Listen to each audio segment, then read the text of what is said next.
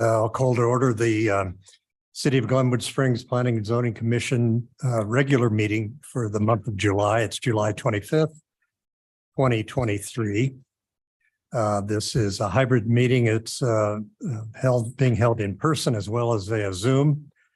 Passcode for Zoom is 177366 or telephone number 719-359-4580.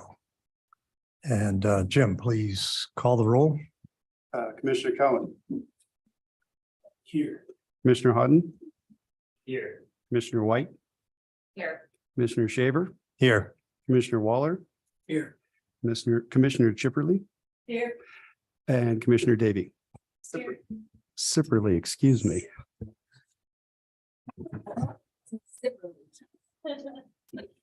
Okay, and then we need a motion to seat alternates Cowan and Houghton. I'll make that motion. Second. Okay, we have a motion and a second, a voice vote. All in favor, say aye. Aye. Opposed? Okay, welcome. Well, given the nature of tonight's agenda, I doubt if there are any conflicts of interest, but anyone need to express that? No.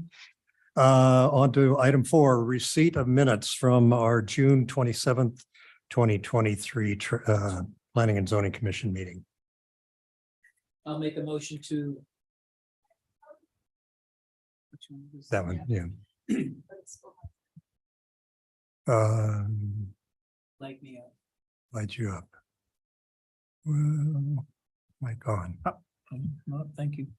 I'll make a motion to receive the meeting minutes from the June 27th, 2023 commission meeting. I'll second. Okay, we have a motion by Commissioner Waller and a second by Commissioner White. Any discussion on those meeting notes? Seeing none, I'll call for the vote. Call the question.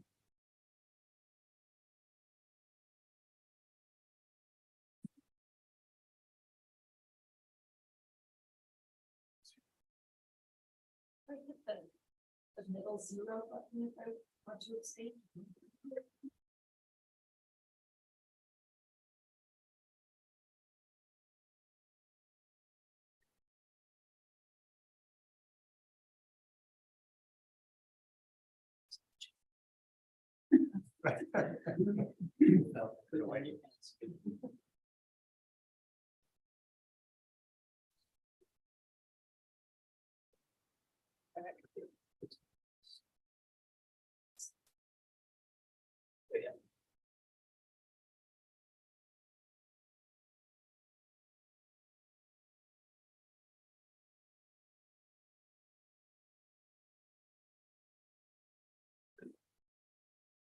The motion passes 5-2 to abstaining. Okay, on to item 5 on the agenda, comments from citizens appearing for items that are not on the agenda.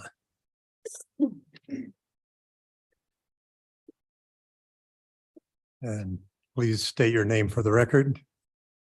My name is David Howder, and I live in North Glenwood.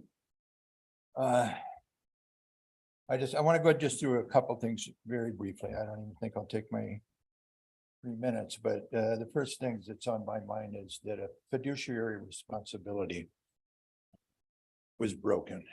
The intent of that original condemnation has the same intent today. So I think that a fiduciary responsibility to the citizens of the Glenwood Springs has been broken. And then the process henceforth has been opaque. And although in some form it has been there, even by tonight's turnout tonight, I mean, it wasn't on the agenda, but it's drawing a lot of comment from the public because the public didn't know about it. Affordable housing is a real thing. I get that. But so are the plus and minus impacts. And when the negative impacts exceed the positive inspects, you got a problem. And then this project, I believe, has a problem. First and foremost, you think it needs to go before the Transportation Commission. And that just seems fundamental. I don't know why it hasn't been there.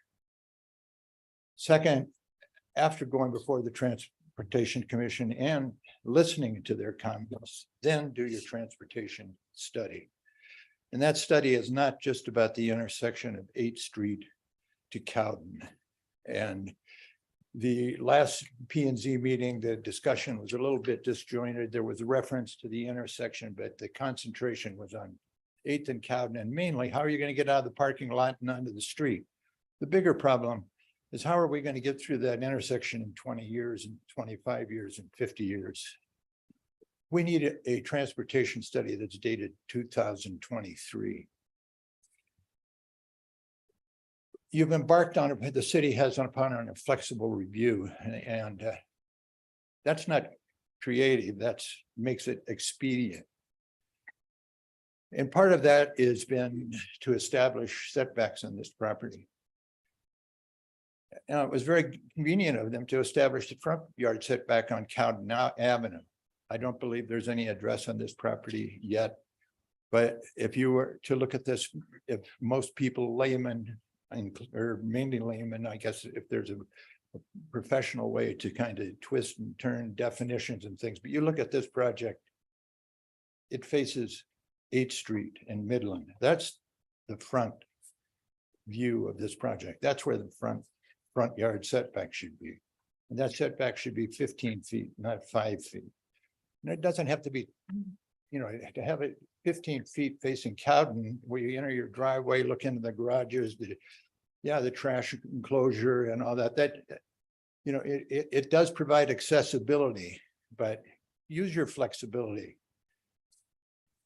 The front view, the front setback should be on 8th Street. Now, if it was 15 feet, that doesn't preclude a project. It would make for a better project. I think the planning has brought up if there's been any deficiencies in this proposal you're looking at, other than the ones that we are bringing to you, it could be in landscaping and trees. And it could be you're missing a front yard. Those people living in these homes, if you do build them, their front yard is a arterial highway, and it needs a 15-foot setback. So, using Imagine Glenwood, saying, slow down, take a minute, have a citywide vote, let the people, you know, really, if you want to have transparency, have a citywide vote. Thank you. Thank you. Don Gillespie, live here in Glenwood Springs. First of all, I want to thank the P and Z. I was here last meeting that you did have the foresight to request a traffic study that was more pertaining to the issues than the one that you were relying on. And we all think that a really good traffic study is needed, because this intersection, you can go from Newcastle, Silt Rifle, they're all doing big projects and starting big projects. And that's another source of traffic that's going to come flowing through here. You got 800 new trips that are being created out in West Glenwood right now with 300 and something apartments. Where in the world people come up with a car and a half per apartment is beyond me. But anyway, in practicality, you know, each of those places are going to have 2, if not 3 cars. And we keep hearing when we try to talk to the council or the mayor that it's a done deal. Well, I didn't think it was a done deal until you guys decided if it's a done deal. And I'm hoping that it's not a done deal, because there's a lot of information that you guys still need to make a decision on it. And I don't think y'all were fairly informed at first. And if I don't know what happened in 2018, but I think you guys are the final say so in this. Council's not. And most of the people that are signing these petitions that I talked to, they're all worried about the traffic. I was run into in April, lady ran a red light. My kid 6 months ago was run into. And I guarantee every one of you out here have watched people run red lights, speed, run stop signs. Traffic is the big problem in this town, not housing. The housing problem is the employer's problem, not the city's. And the employers are the ones who should be like Raft is doing. I just hope you guys consider everything that's involved in this. Because we bought this property back there for one reason only, and that's for the future traffic problems that this town's gonna have. And this project, everybody's all behind, affordable housing, but not at this spot. And we've got plenty of signatures for petitions that we have sent out. And not one person has said they're for this project. In fact, on the golf course today, people say, you would go up there today. They're very concerned that the priority for the citizens is the traffic, not housing. It's not our job to provide that housing. Thank you. Thank you. Thank you, Mr. Commissioner. My name is Gary Vick. I live at 614 Cowden Avenue in Glenwood Springs. I'm also going to talk about 8th and Midland, and I'm also going to talk about the traffic study. You approved conditionally the project at your last meeting, I believe, subject to a traffic study that I believe one of the gentlemen on the end requested. And I applaud that, but you need to tighten up the scope of that study. The intersection sits at one of only 2 entrances to the downtown area. The land the city is donating was originally held in reserve for future expansion of the intersection. But your approval could forever render expansion of the intersection impossible by putting houses on the land that the intersection might need. So any old traffic study won't do. Your traffic study needs to assure that the intersection is currently sized and configured for foreseeable future needs. It must consider the recently approved strategic housing plan, which calls for 1,800 new units, a 40% growth over the next 20 years. It must consider the impact on the current and ongoing massive development in and around the Meadows and elsewhere on Midland. It must account for future growth down Valley and Rifle, Silt, and Parachute as those residents come into Glenwood Springs through that intersection. It must take into account the development of 4 Mile if South Bridge is funded and built. In short, any old traffic study will not do. Prior to the project, there was no need for a study. You could simply wait until the traffic got bad enough, redesign the intersection, go from there. You had the land to do it. But by approving the project now, you're taking away land that was originally reserved for that very option. Once taken away, the city can never get it back. For redundancy and clarity, once taken away, the city can never get it back. The intersection will never be available for expansion if the habitat development goes through. So you have to get it right. And you have to get it right with this study.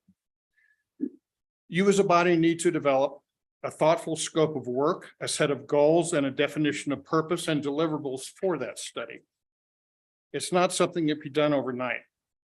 Unless you specify the study be done thoughtfully and properly, you'll end up with worthless input and you could doom that intersection forever. So I'll end with a question. What's the procedure for you guys to define the study that you agreed to at the last meeting? Or will any old study do? Thank you for your attention. Thank you. I think I had 10 seconds left. I have 2 seconds. One thing I forgot is that on each side of that road are major utilities. Water line, sewer line on the right. The other side is the diversion point for Roaring Fork. So you do have a narrow piece in there. And hopefully we'll never have to get in. I know this winter they had to go back and replace the pipe coming out of Rolling Fork. There are some major utilities on both sides of that road. Thanks. Thank you. And I see we have one attendee online. Is that person wishing to address the commission at this time?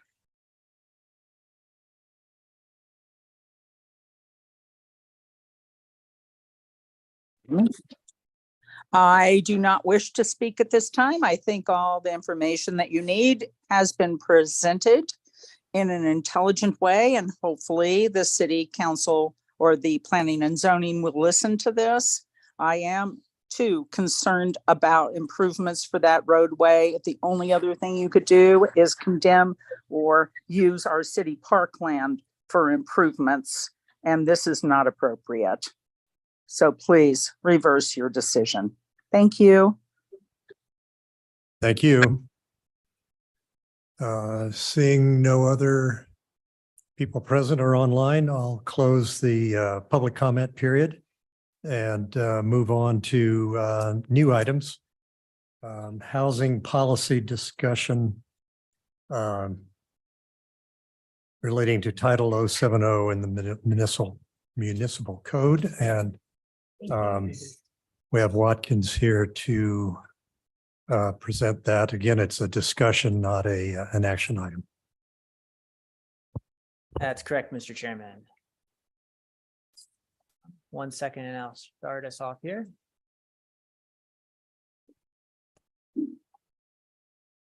Okay, my name is Watkins Fultgray, I'm senior planner with the city, and we're talking about housing again tonight. Specifically, we're going to be talking about this is just a discussion item for some future code text amendments regarding upzonings and density bonuses. One quick update to start us off. The strategic housing plan update was adopted by City Council on July 20th. So we can refer to that if we need to tonight. We're going to talk about potential changes to certain residential zone districts tonight and about potential changes to the city's density bonus provisions that are in the municipal code. I'm not going to ask you for any actions or motions tonight other than your feedback and if you wanted to do any kind of straw poll or something like that. And so to start us off with some backgrounds, there's a section of the plan update, the strategic housing plan update. And one of the recommendations from them that I'm going to read to you here is to update the zoning code to enable up to 3 units on lots currently zoned for single unit housing, requiring deed restrictions for the additional units. And so we'll get into where this is applicable in the city. They have some other updates or recommendations that I'd like to talk about. Update the code to define the affordability parameters required to receive a density bonus.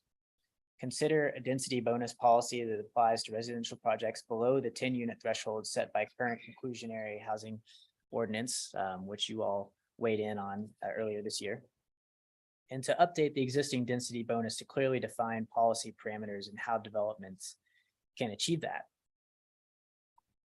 So I'm showing you here, if you can see, this is from our zoning code. This shows where duplexes and triplexes are currently allowed.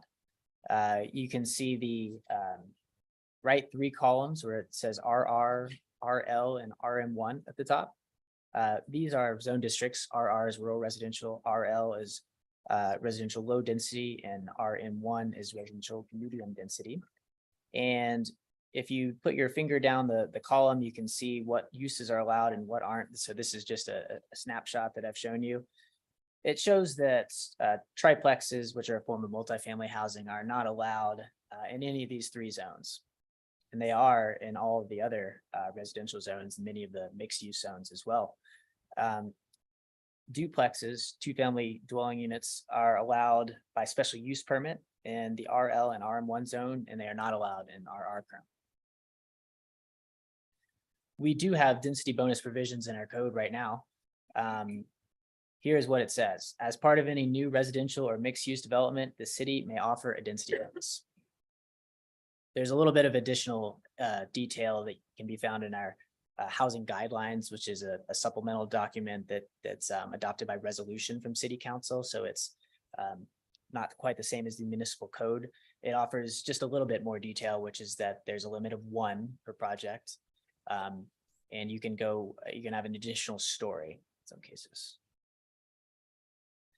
So when we talk about the upzoning, and you'll see tonight, if you didn't see already, that these are 2 different but pretty related items. There's going to be some overlap when we talk about an upzoning and talk about density bonuses. But when we say upzoning, what does that mean? Usually when people use that term, they're talking about allowing more density. And so this has precedent in many places around the country. States, we've seen a lot of press about that in our own state. Didn't pass in the recent legislative session, but many states have considered it, and several of them have passed these kind of bills that preempts local zoning. And so do basically what we're talking about doing tonight. Many cities around the country have done this too. Many cities have made it so that there are no zone districts where only single family homes are allowed. And so as we discussed before, the RR, RL, and RM1 zone districts are the only residential zones that don't allow any kind of multifamily at all. 2 of them allow duplexes as a special use permit. So when we talk about upzonings, usually we're talking about kind of allowing more infill development or redevelopment. There are some vacant lots in the city, but obviously within city limits, most lots are developed, and many of the ones that aren't developed are probably not developable because of steep slopes. We're going to be talking about neighborhood impacts potentially to upzoning. These kind of impacts can include all of the things you think of, like dust, noise, things like parking from construction vehicles are pretty acutely noticed in the neighborhood. But these costs are borne by developers, the cost of this redevelopment. So this is a way to potentially allow more housing without costing the city anything directly. We're going to talk about whether the upzoning should follow the recommendation from the strategic housing plan update and be accessed with deed restrictions, or they could be accessed just via free market. And I've also included some specific discussion questions. I'm sure you all will have plenty to talk about yourselves, but I'll go ahead and read these out to you. If an upzoning is pursued, should the additional units that would be allowed be free market, or should they come with deed restrictions? Should we be looking at allowing duplexes as a use by right, allowing triplexes, allowing more, allowing less? And then the target zone districts, as we've talked about, are RR, RL, and RM1. The issues that we are going to be talking about with density bonus, one is that instead of looking at specific zone districts, we're probably looking more citywide. Again, this is targeting infill development or redevelopment. They will also see some kind of neighborhood impacts that we've discussed. Again, the cost of new units that would be created would be borne by developers and have no direct cost to the city. And density, the bonus units could be achieved either through deed restrictions, or they could be free market units. Here's some questions that might be useful for you all in discussion. I'd encourage you all to think about density bonuses in 2 kind of ways. One is, what do we want? So what are we asking for in order to be able to unlock the density bonus? And what are we willing to give as an incentive? So things that we want, I'm sure you all have great ideas to bring to the table, but to get the thoughts churning, we could talk about deeper affordability, and that could mean deeper affordability in terms of lower AMI that would be required, or in terms of more units that would have to be deed restricted. We could talk about location criteria, proximity to transit, proximity to major corridors, certain zone districts potentially. We could talk about specific bedroom configurations, such as those that are amenable to families. And I think ownership opportunities is also something that the city needs. And what do we want to give as an incentive? Additional free market units or units, additional deed restricted unit or units. These all have their trade-offs. And so I'm wrapping up here. But I just wanted to show you all that these are the criteria that we're not going to necessarily get into today. But in the future, if we wanted to recommend changes to city council, we would need to make a finding that the changes satisfy these 5 criteria. So I think that's all I have for you guys. You have any questions for me? Thanks, Watkins.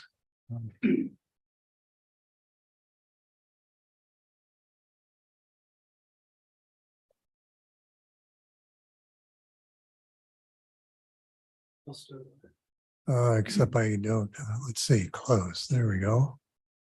There. Please. Yeah, one, and I've got a couple questions out. Fire them all at the same time, but one thing is the cost is borne by, I don't know, I kind of played this game. It's really not a developer. These are builders, right? So a developer is like what's doing Meadows or doing large, but these are small projects that they're one-overs, right? You could talk about property owners. Yeah, well, even property owners, it may not even be a builder, it might be an owner. You know, I mean, there's lots of people that do that. So I'm just kind of, I think as you go forward, I would change it from developer, because developer sounds like it's this person that has infinite money and, you know, doesn't care about the world, you know, kind of thing. So, but this is like real people that are, that live in our town. I guess that's all that I just like to make that point. Maybe I'm sensitive to that. I don't know. And on the density bonus, I'm okay with the density bonuses, but I guess my concern, and I don't know how it gets worded, but is, you know, we talked in the comp plan about small town character, about and I would even use a different term that's neighborhood character. You know, I mean, I think that and sometimes doing it, that's an upgrade to the neighborhood character. And so I guess but I'm a little concerned that you know, we don't give away the, you know, the house with a bonus density that someone's doing something, and things like setbacks, parking. And, you know, I'm okay with some less landscaping, and so I don't know what all the details are, but I think it's we really don't want to downgrade of what we're seeing. And I think in your report, you talked about that a little bit in one section, but I think that's a real important thing, that we don't give up the neighborhood, and I'll call it the neighborhood character, because it's different neighborhoods. You know, if you're down on Colorado downtown, or if you're, you know, in different places around, but and I don't know how that plays in with and maybe that plays in with the zoning and the codes that already exists for different sections that you're building, and maybe that's already in there. I don't know, but that, anyway, I'll stop at that, but those are. Would you like me to respond to that? Sure. Just on the point though about when that would be required or not. When we talk about an upzoning, that would allow, let's say, a triplex, just for discussion. Right. That could be structured so that you have to meet the parking requirements, you have to meet the landscaping requirements, you have to meet all the requirements, which would exclude plenty of lots from being able to do that. Correct. And so, you know, it would be a triplex if you can make it work. Spot on. Yeah. Thanks. Carolyn, you have the floor. Hit the button. There. Thanks. Thanks, Watkins. I do have a few, I guess, kind of questions, kind of comments. As you know, I'm a fan of historic preservation, and in your staff report, you actually brought up some concerns that we might risk losing some historic buildings because the development pressures, you know, if there was a historic building that needed plenty of work, someone might purchase that, tear it down, and then attempt to build a triplex. So I would have to say that I think that the criteria you just had on the screen may not be being met, in part because it doesn't go along with the historic preservation plan adopted by the city. And that also, as I read, was brought to your attention by the Housing Commission. So I'm a big fan of infill development, ADUs, putting people where we already have facilities and resources in town, but I would advise against being hasty with this decision. And I would like to suggest that the Historic Preservation Commission be offered a chance to comment on this and even look at other jurisdictions who've adopted this upzoning and see what it actually does to our neighborhood character. The HPC is in the process of trying to designate a historic neighborhood. There's a lot of people on board, and part of the reasons that folks live in these neighborhoods is because of the feel, how they appear, mature trees and landscaping and things like that. So I'd just like to suggest that the Historic Preservation Commission be roped in on this discussion before any decisions are made. And I understand that they're meeting, is it the first week or the second week of August? First week, yep. So that's no problem. I mentioned that to Emery, who is the staff coordinator. Could, Thanks. could you explain that historic preservation thing? Because we don't, unless someone signs up for something now, we don't have it, right? For example, the place on Colorado, if I wasn't part of it, I wouldn't need to do anything. Right. So what you're referring to is landmarking of properties. yeah. So landmarking is one thing. Historic district is another that's sort of bigger. But in the preservation directives that were adopted by the city, the HPC is supposed to make sure we protect those resources and neighborhoods. And I'm a little worried because we've begun this landmark outreach. People are just getting the letters and now, let's have triplexes. So it's a rather timely discussion, and it includes what will be the following discussion about building demolition. So I think that would be a great opportunity to have your commissions help this commission with decisions like that. That's right. And so the landmarking decision is up to the property owner. They need to meet some criteria of the city, but it is their decision whether they want to landmark it or not. If they do landmark it, then there are some controls about what physical alterations could be done. To this point, in the Housing Commission's letter, they said something about we are in favor of creating housing, but they would want to have tools or provisions to limit tear downs. Did they express any of those possibilities? Well, first, that wasn't an overwhelming sentiment necessarily. I think the first way they wanted to limit changes to neighborhood character is to not go too crazy and allow fourplexes everywhere. They ask questions, are there methods of, is there a spacing requirement that could be implemented about how often tear downs could occur? The answer is no, not right now. Demolition permits don't have any of those kinds of criteria. And so you're right, there's a little bit of skittishness on their part, but I think it was overshadowed by wanting to see more housing and being comfortable with the current zoning requirements that do exist that would limit the number of lots that could take advantage of this. In our efforts to obtain more housing, it seems as though sometimes other important things fall by the wayside. Joy. So to be clear, the building code, the lot sizes would still need to be met, right? The lot sizes for a triplex. That is actually something that would probably be one of the changes if we wanted to move forward with this. That probably is something that would have to change. So obviously I didn't bring forward the specific code language for this today. We would need to look at those zone districts and either abolish or reduce the minimum lot standards in order to allow it in those three zones. Because currently it would be 7,500 square feet, but also need to meet setbacks and such for a triplex, correct? These are part of the details that we would have to come back to you with. Okay, Yeah. So today we're trying to keep Yeah. it a little bit more. yeah, just broad. I guess. And then, of course, I think of you know, areas downtown where there are no parking requirements. And I wonder how that would affect this change. Because of course, you know, everybody is mindful of parking and what a challenge that is. Is that something that's being considered? It's a good comment.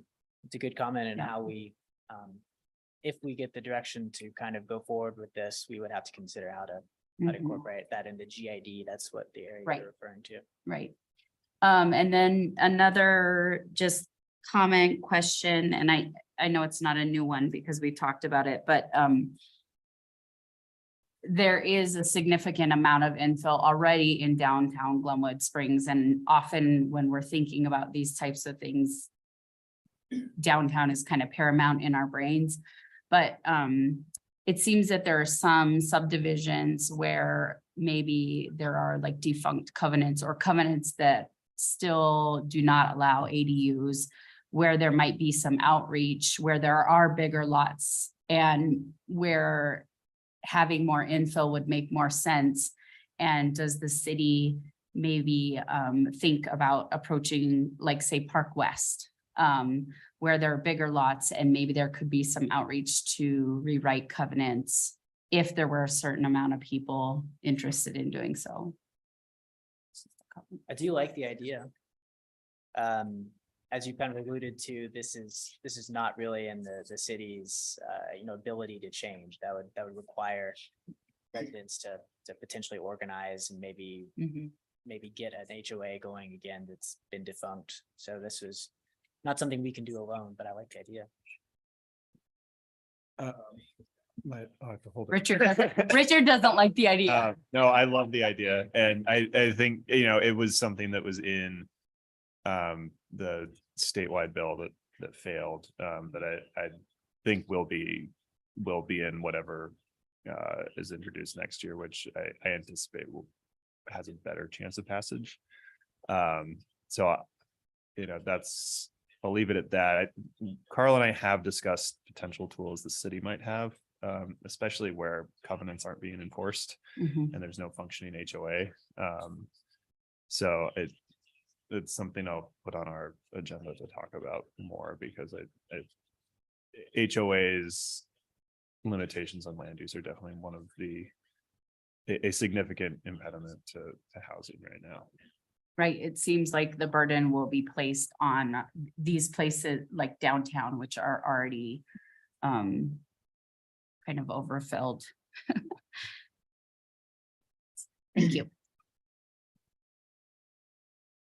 John, This is more of a comment, but it's kind of going back to the cost borne by the contractor or developer. I think this will also require some thoughtful amendment, and I understand it's sort of out of our purview, to the building code.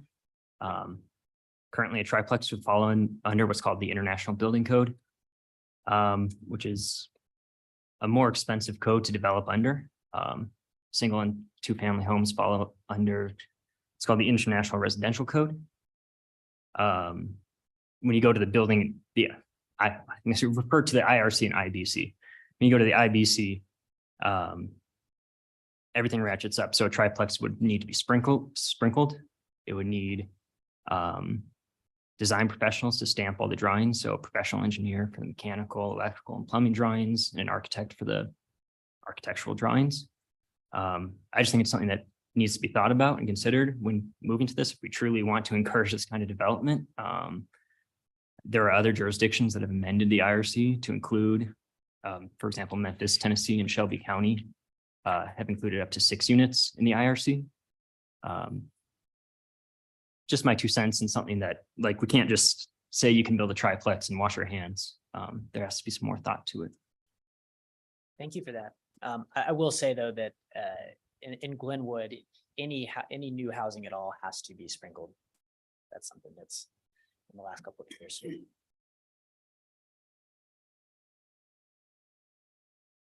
I had a question on page 5. You said the grant from the Department of Local Affairs that the city received, that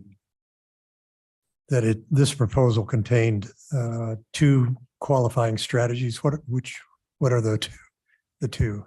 So again, they're kind of overlapping, but one is an upzoning and one is density bonus.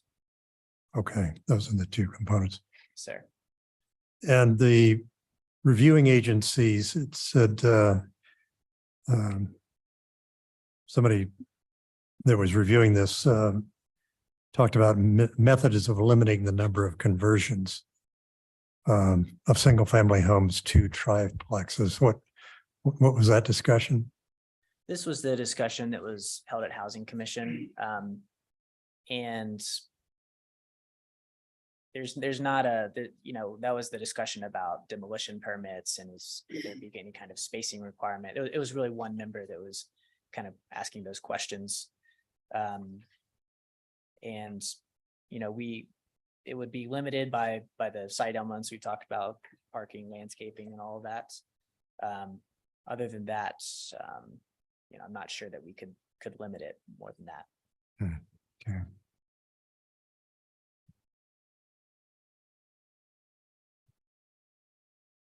Oh, where do we got Gregory? Yeah, thank you, Mr. Chairman. Thanks for the work, Watkins. I guess just to kind of broaden it for me, I think we heard several commissioners kind of broach this, but as we look at activating, which I believe was potentially 26% of the land base here, and looking at those 3 zones that we may receive some treatment for this. So my understanding, permitted by right means I can get in the door, but they're still subject to planning department review, any existing or amended code provisions specific to that type of development. So there's still going to be that scrutiny applied to any project proposal. That's correct. That's correct. But when it's a use by right, that means that the P&Z will never review it. Never, can I say that? I think never review it. If it's a use by right, there's some situations it could come before them. But in general, that's the kind of thing that we would review administratively. Okay, so when I read the Housing Commission's recommendations and they identified those couple zones, it may not be appropriate for a triplex, maybe so a duplex. That may be, in my mind, maybe getting out a little ahead, a little prescriptive before that analysis is potentially done. So I guess in lieu of that, in that thought is, it could be a presumption that duplexes, triplexes are allowed in these 3 zoning districts. But that information, that assessment that the Housing Commission is looking at is also information that the Planning Department is also looking at. And perhaps in those couple zones where triplexes are not perhaps, the first choice, but maybe occasionally they will be appropriate for a lot within those zoning districts. Is that? Well, this is one of the key questions I'd like feedback from you all on tonight too. Of these 3 districts, and I do have the zoning map pulled up if you guys would like to look at specific places. That's what I'd like to hear from you all as well. I think what Commissioner Cohen is getting to would be probably a mix of use by right in some zone districts and then like a CUP, conditional use permit. In others where, you'd come in and have to meet certain criteria, and ours here go to P&Z, all of them. And they're an SUP, sorry, the special use permit. So that then, the planning department and the planning commission will have a lot more discretion in determining whether that's an appropriate use, but it at least gives the owners the opportunity to explore something like a triplex in that zone district. And I think it's important to note also that by requiring a special use permits, obviously that requires more process. It would probably require more hired expertise to prepare those kind of applications. And so that really is a barrier that we put up. It doesn't mean that someone couldn't build a duplex in the RL zone right now. They would have to come before you all, but time is important, and any kind of barrier like that is kind of what we're looking at potentially eliminating. Mr. Chairman, I meant to say this earlier. You can take public comment tonight if you would like, but it is not required. Okay, thanks. Let's see.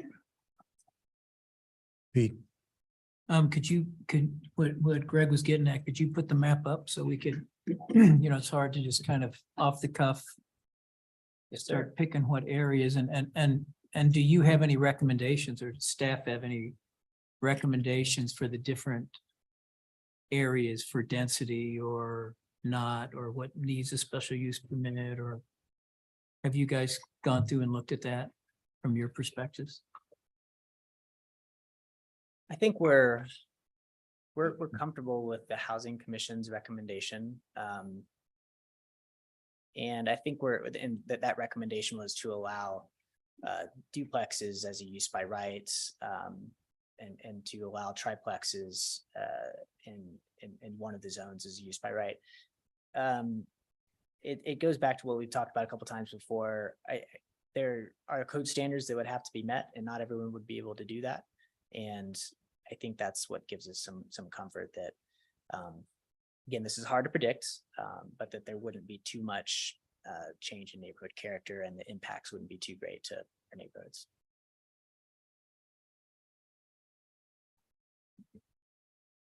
Joy. Could you just point out the colored zones that we're talking about here, that we're talking about changing? Absolutely.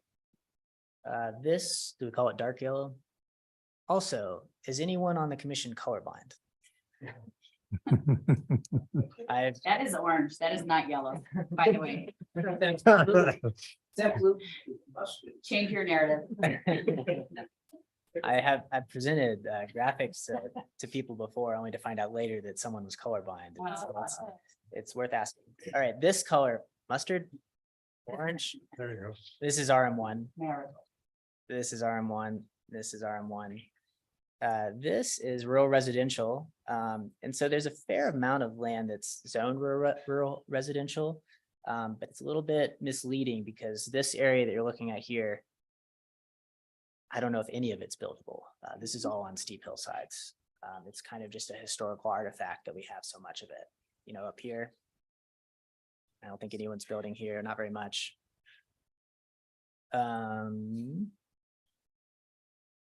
In rural residential, I'll show you the color. We don't have a whole lot of that. It's kind of the lightest color, and there's not much of it.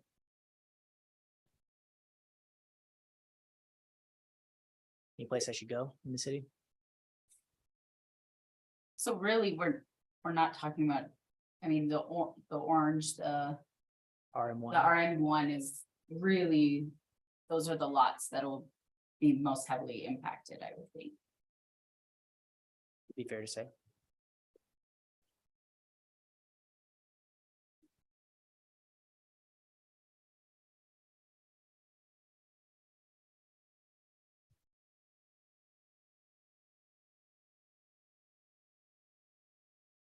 Carolyn. Thanks. A year or two ago here at P and Z, we discussed the ideas of junior ADUs as a secondary unit to an ADU on a property. And the way I count, that would make 3 units. Would a primary residence, an ADU, and a junior ADU be counted as a triplex? Under the way our regulations are structured right now, it's 3 units, that'd be a triplex. And so that would take some code changes, which are possible. We'd want to, how do you classify this? What do you call this? Those are those kind of questions we have. But right now you could have, if it's allowed by zoning, you could have a triplex and they could all be, the 2 of them could be smaller than the others. That'd be similar concept to what you're talking about. These are changes that are possible. Because one thing that we see pretty often, especially in the historic downtown, is a larger single family home is divided into 2 apartments. Then are they allowed 1 additional unit, or would that be 2 additional units that they would be allowed pending, the setbacks and the open space and such? And you're asking under these potential changes? Right, if we allow triplexes and you already have 2 units in a single family house, which I think is counted as 1 residence, even though there's potentially 2 families or 2 households there. And partly I'm asking because this is very common through my whole neighborhood. So if there's 2 units in the main house, Are you allowed one additional or two additional units under these stipulations?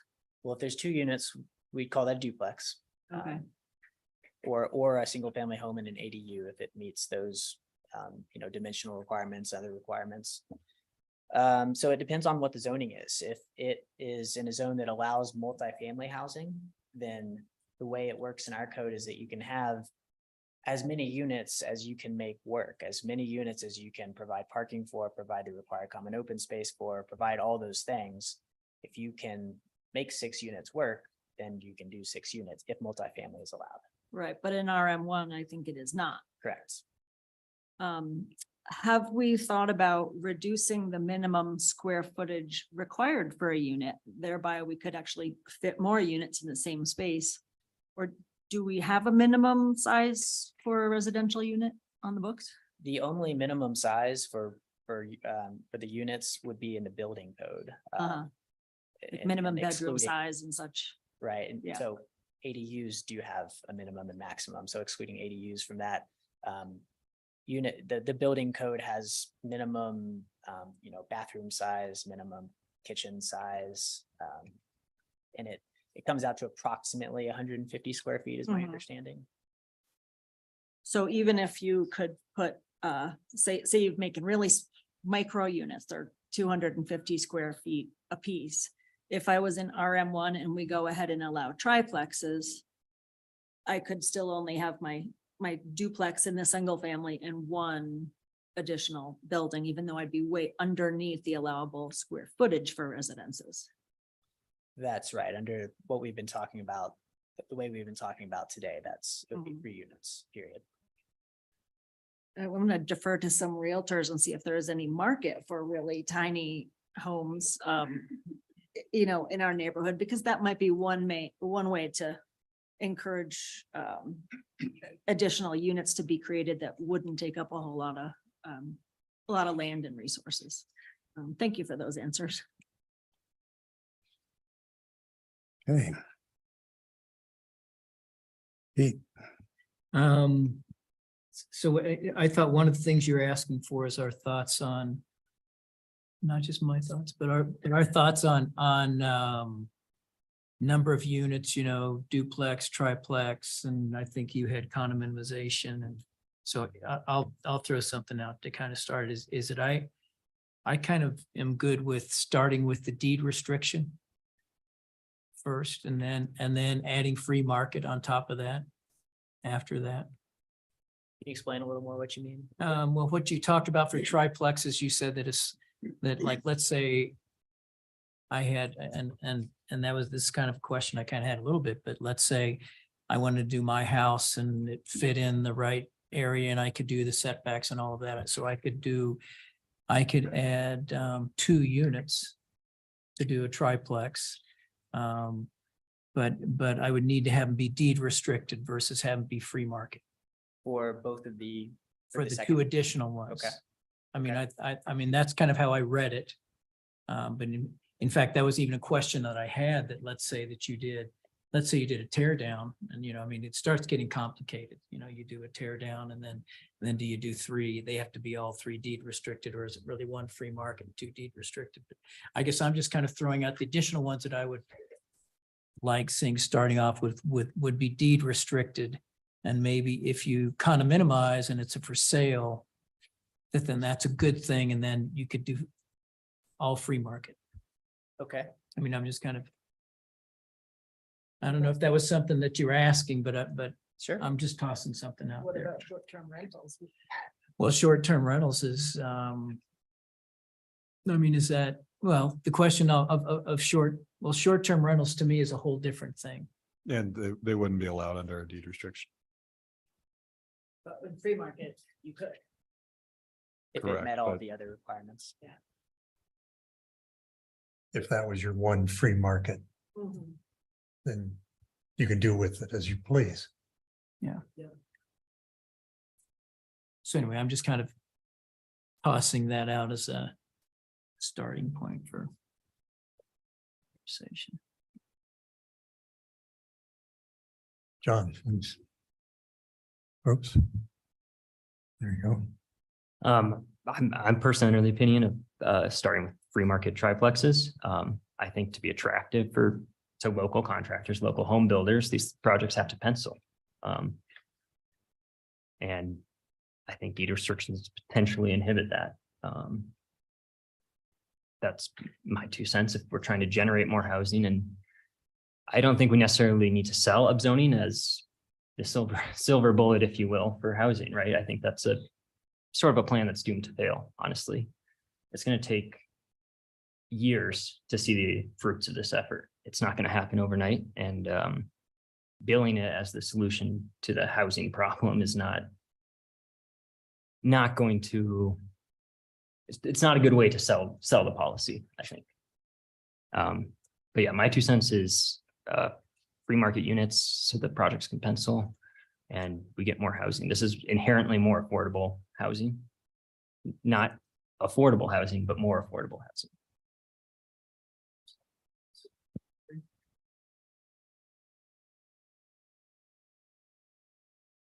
Gregory? Thank you. I guess, just trying to wrap my head around, just compartmentalize some incentives that may be available in the free market space. I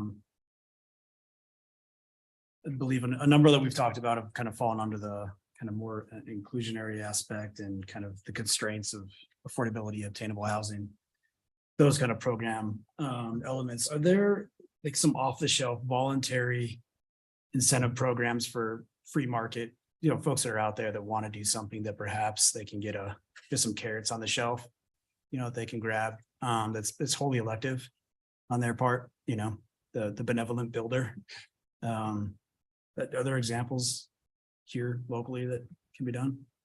We do have a voluntary deed restriction program.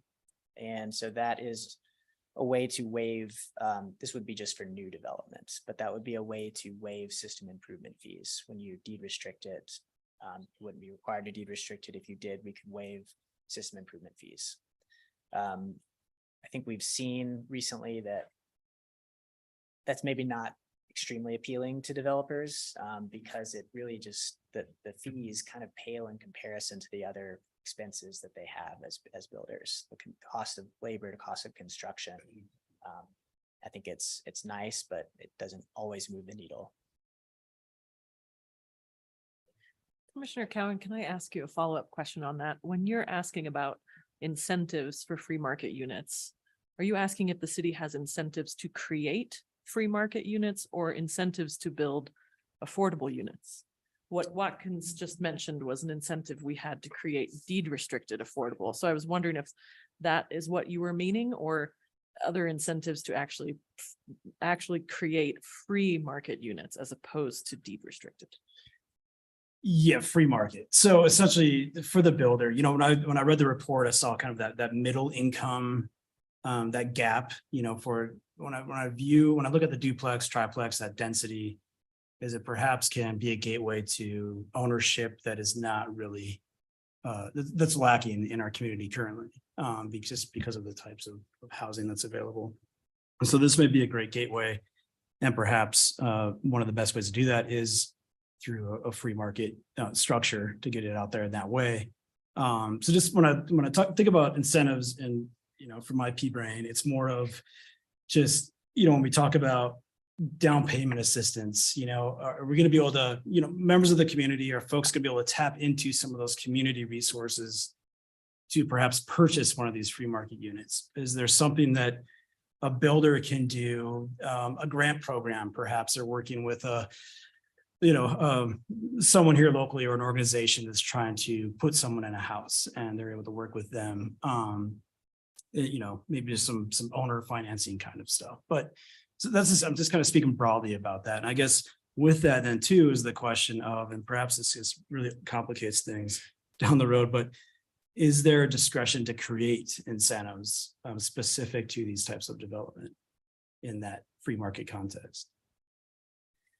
Well, as you all know, in November of this year, the voters passed the first dedicated affordable housing fund that the city's had before. We had nothing before. And so it started accumulating January 1st. And those are funds that will be available. How they are spent is to be determined. So that's one way. There will be, some outcome through how those funds are spent. Other than that, you all know about the Habitat for Humanity project through city land, and we're trying to work with developers there and potentially at another site to donate land and bring down the cost of providing ownership housing. And Richard, do you guys have anything to add? I mean, I would just say that most of the programs out there to incentivize housing involve deed restrictions. That is the tool that at least around here, most organizations and governmental entities rely on. And I think what you're talking about is an ability to build equity, which some, but not all deed restrictions inhibit. Ours they do inhibit the sale price. Is that right? We do have a cap. So that's one of the obstacles, I think, to what you're talking about. But I'm not aware really of any other types of free market opportunities similar to what you're talking about. Thank you. I think I'd just add to that conversation that when we're making these decisions, and these are tough, like Richard just mentioned, is when the city is giving some type of benefit, they want to see the maximum community benefit returned. And when we look to what that maximum benefit is, it has traditionally been an affordable unit and a unit that stays affordable. So without a price cap appreciation, let's just say a down payment assistance for a free market unit, there's no limitation that unit will be affordable to the next person that moves in. And we might not have the same amount of funds to provide the next owner with a down payment assistance. So there's just that thought that there's a little bit less benefit that can be continued. And that's part of the hard decisions that we have to make when we're looking at funding and incentives of what are we giving and what are we getting back? And that's what we're looking to see from you guys tonight. So great question. And I'll just say that density bonuses are one way to kind of drive the free market too, by saying you get a bonus unit for if you build these things that we want, whatever that is. That's one way you can try to guide the market. And I will anecdotally from the debate that went on this year at the General Assembly around SB 213, the original draft of that bill had a provision in it that limited deed restrictions on these ADUs, duplexes to sixplexes if the deed restriction made it economically infeasible, which we all reacted, well, every developer is going to say the deed restriction makes their project economically infeasible. And so that was stripped out of the original version. That it still failed, but the big point of pushback from a lot of the West Slope communities was, we've done this, we all do ADUs by right, some do duplexes and more by right, and they end up, because of the market we're in, they end up being luxury priced products and end up not actually hitting the target that we're talking about. And I think we're starting to see some examples of that here. I think Glenwood's lagging a little bit, but it's starting to hit.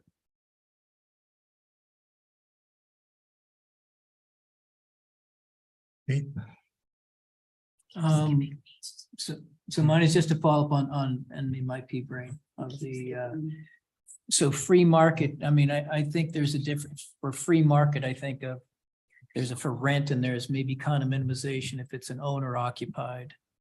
And I don't know how we put that in there, but I mean, you could maybe try to I mean, one of the issues we have is we don't have many owner occupied units. Everything that's built other than this, little thing that maybe not happening over here at Cowden is owner occupied, but everything else we have is for rent. So I guess I don't know if there's any way we can do the free market of and incentivize if it's an owner occupied.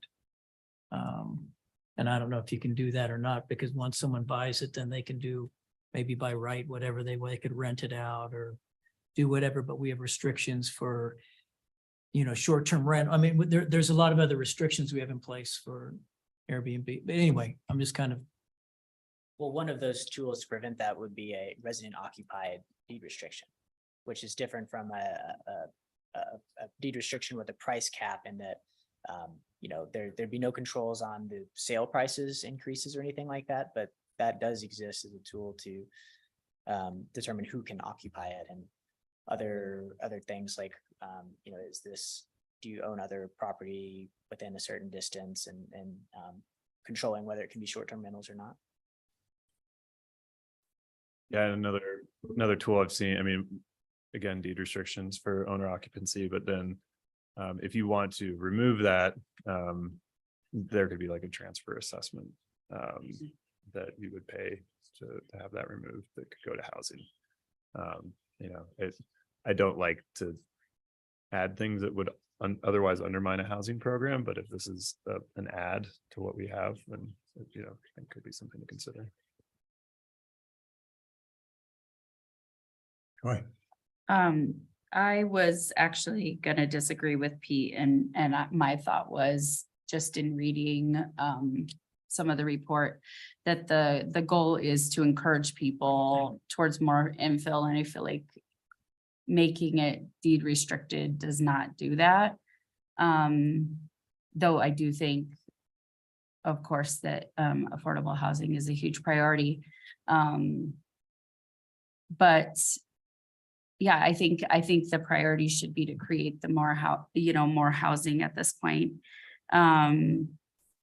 I did have a question. I know that in the past, I've had people who have come to me about the sidewalk requirements with increasing density, that has become very prohibitive in their considering creating another unit on their property. Is that something that you guys intend to look at?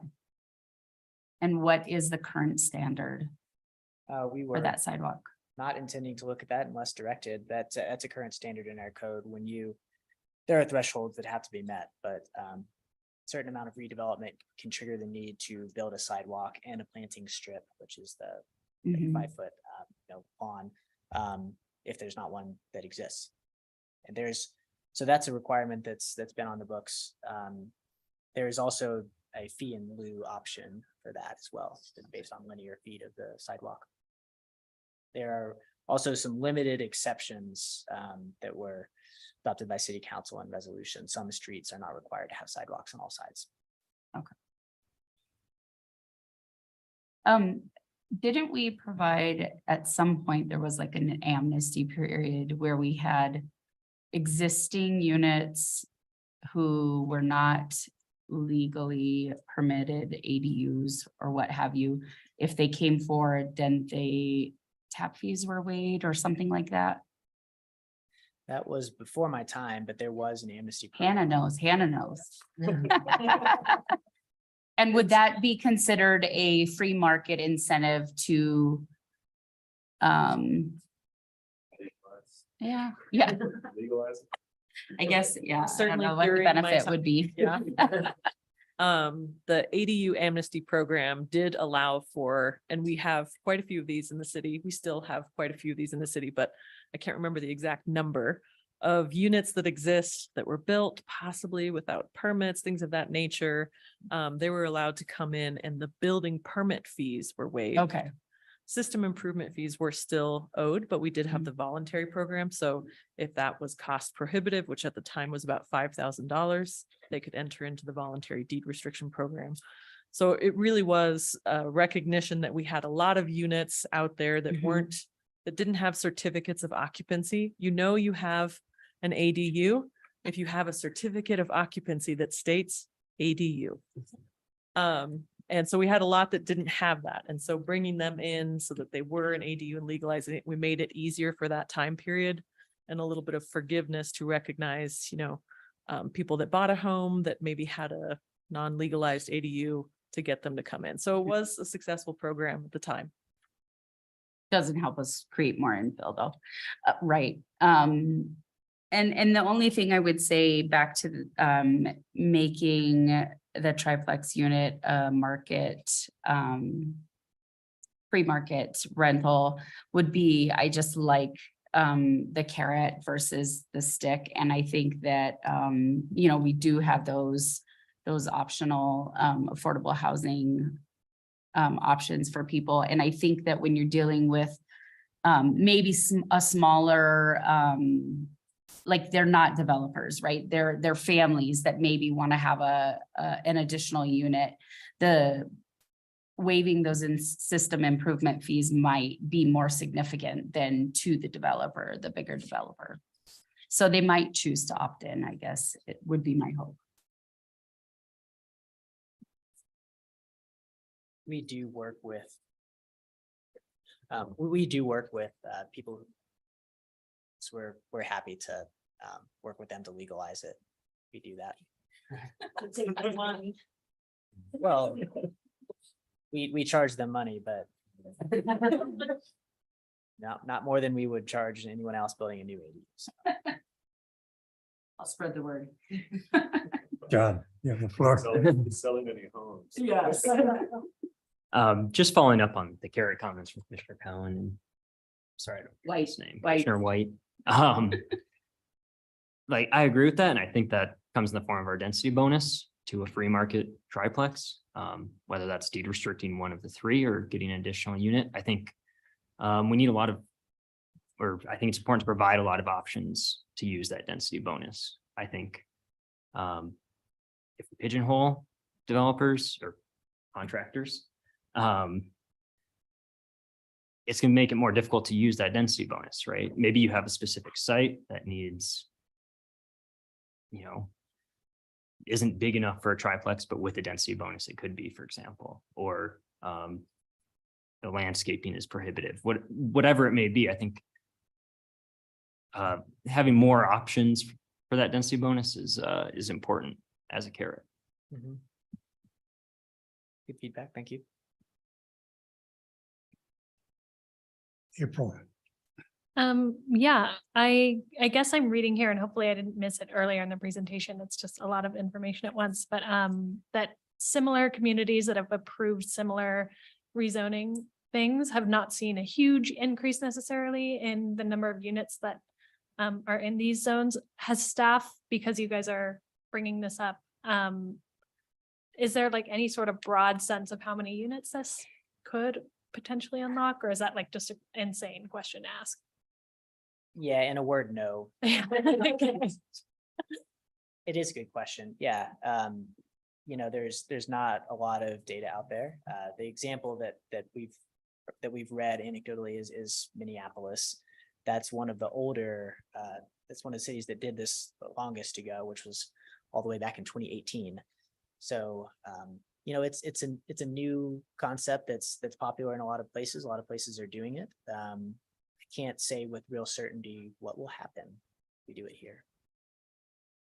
I guess I would also echo the free market sentiment. I think it's the, I don't know, everybody keeps saying the word carrot, so I'm like, should I use it again? I guess it's like the best driver for it, in my opinion. And I think almost if it's like hugely popular, then we look into deed restrictions and start to see if we can put some affordable housing units in there and so on and so forth. But otherwise, yeah, I think free market is probably one of the biggest drivers we could have in this. Thank you.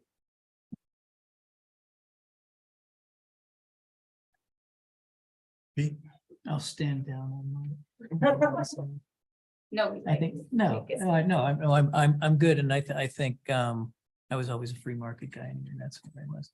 But I do think on your density, on your bonuses and your incentivizing, it's easier. And you kind of gave a good example of if you do mortgage assistance or that sort of thing, that's something that it seems like it's harder to tie to a free market versus a deed restricted. So I mean, it seems like as you go through and do your incentives that you make it work. But I think a lot of these are maybe people that own their houses already, that are people that are going to be doing it. I mean, it's like regular old people. So I think any way that you can incentivize to get more people, I totally agree with that. So I stand down. Okay. John, I had a question, Watkins, actually, for you. What is the intent behind requiring landscaping for a multifamily house? If it, let's say theoretically has similar bulk to a single family residence, what's the intent behind 20% landscaping, I believe is the figure, right? I think the intent is livability. I think the intent is to incorporate plants and living things into day-to-day life and to reduce the kind of impacts, visual impacts, psychological impacts. I think there are a lot of reasons that we want to live with landscaping and that we require trees. I mean, I guess my question is, and maybe correct me if I'm wrong, but my understanding is that a single family residence is not required to have a certain amount of landscaping, and a multifamily is. That was true until end of last year, beginning of this year, when we adopted new landscaping requirements. And so now single family homes also, when they're new single family homes, are required to submit a landscaping plan that meets our landscaping requirements. Okay, thank you. okay. I think I will open this up to public comment. Is anyone here? I don't see any, nobody online, but certainly, please. Could I borrow your slide 5 from the presentation? I might be taking a little liberty, Mr. Chairman, but it's this housing policy discussion. So I'm going to talk about something on slide 5. Is this the one you're looking for? There's one that shows you parking for. Yeah. I think that's the one.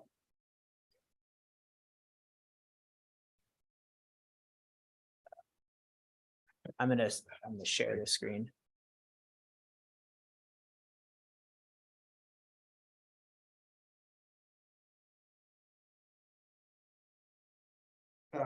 Yeah, if you can go to number 5. Now that's page 11. Thank you so much. Yeah, appreciate it. Yeah, please state your name again for the record. Yeah, on the right hand of the slide, it shows required minimum parking. I think you know where I'm going with this. Good heavens, guys. This used to be 2. You know, we used to have a requirement for 2 spots per dwelling. I've got a little condo over here on Cowden Avenue. I was told by the developer that we needed to have 2 residential spots and 1 guest. That's total 3 per unit. And over time, that's been reduced. I guess when it got reduced to this number, some of the council members walked a couple of parking lots on a Saturday night when people were camping, kayaking, doing whatever you do in the summertime. So guess what? The parking lot's pretty empty. They said, we don't need all these spots. So they, somehow this ended up as 1.5 per dwelling. And if it's a single family unit, if I read this right, it's only 1. That's just not enough. I was riding my bike today in the Cardiff, I think it's called Cardiff Glen. There's some white townhomes just over near the airport. And nice area, neat townhomes, but boy, are they right on top of each other.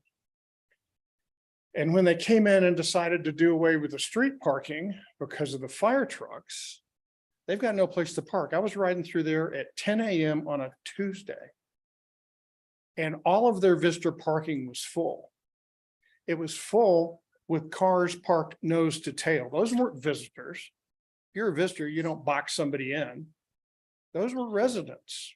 So if you're going to do things like make the streets so darn narrow that you can't have street parking, and on the ones that are wide enough, you take it away for fire trucks, you got to change those numbers.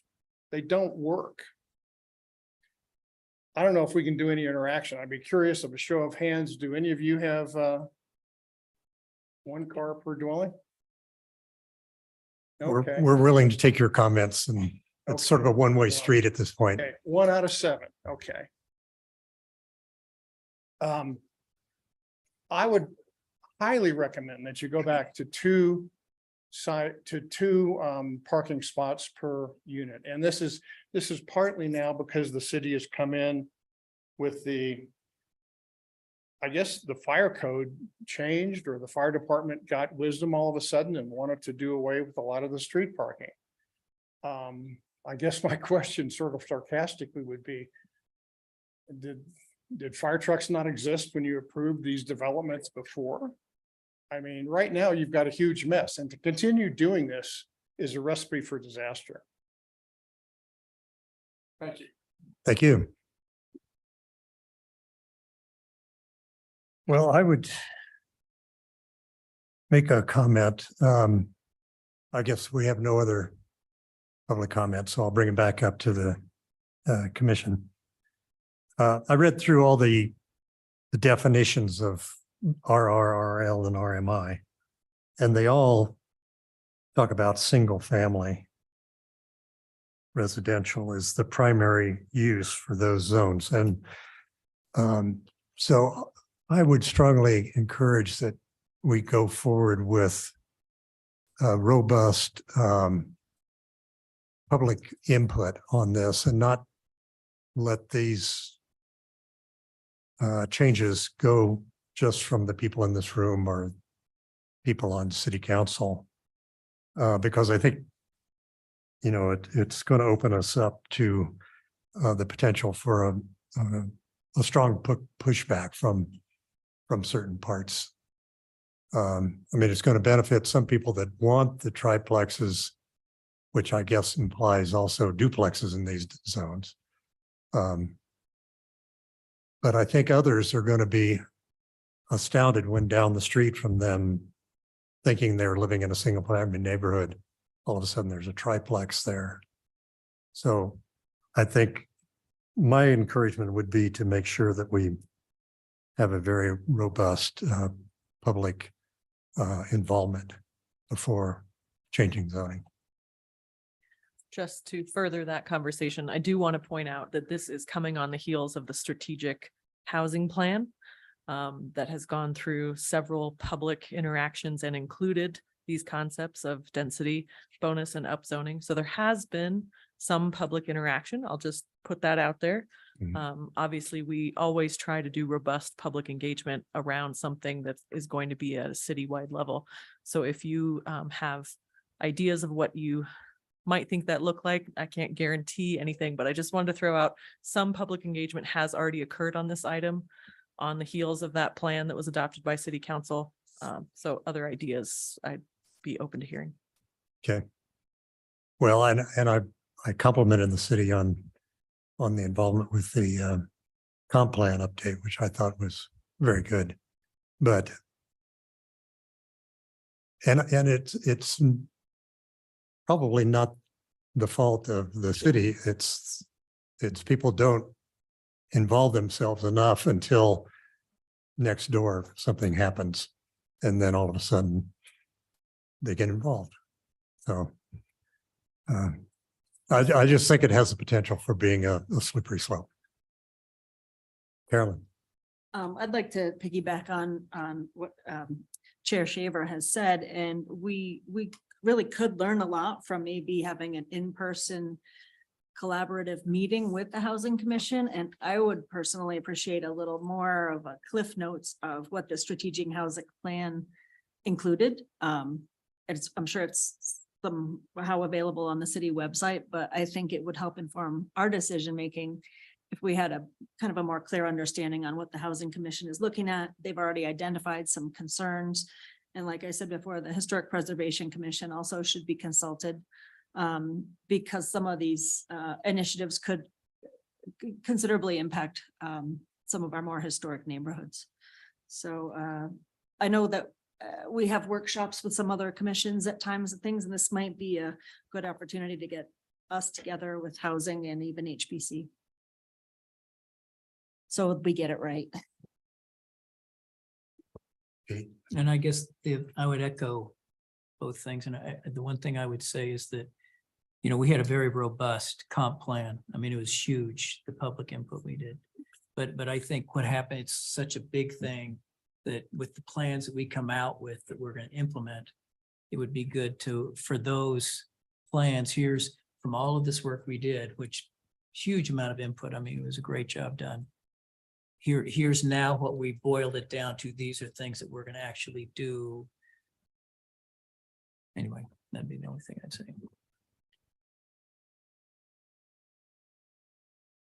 John, I just had two more comments regarding the HPC, circling back there.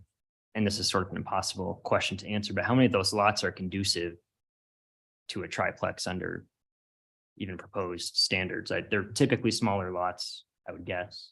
Again, it's not an easy question to answer. It's potentially impossible to answer, but something to keep in mind is the lot size on the historic homes, the typical lot size. And then about public engagement, I think it can be an imperfect process at times. It could leave out plenty of people who stand to benefit from this, right? If you're potentially working multiple jobs or don't have the time to publicly engage, I think that could be some voices that we're missing and, you know, really doing the population a disservice potentially.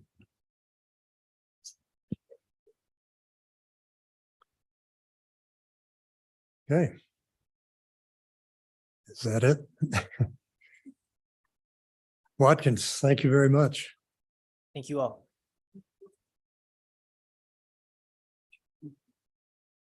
Mhm.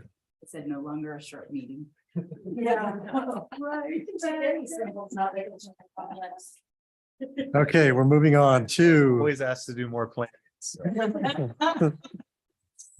moving on to new item B, code amendments to Title 070 regarding childcare and other minor changes. And this is an action item. And Jim is here to present to us.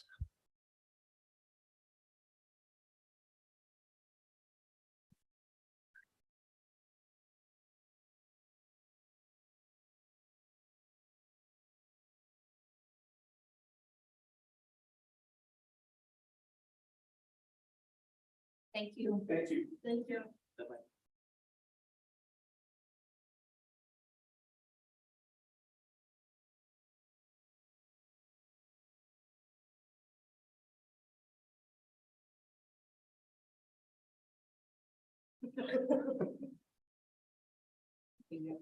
You make up for him. Instead of cat. No.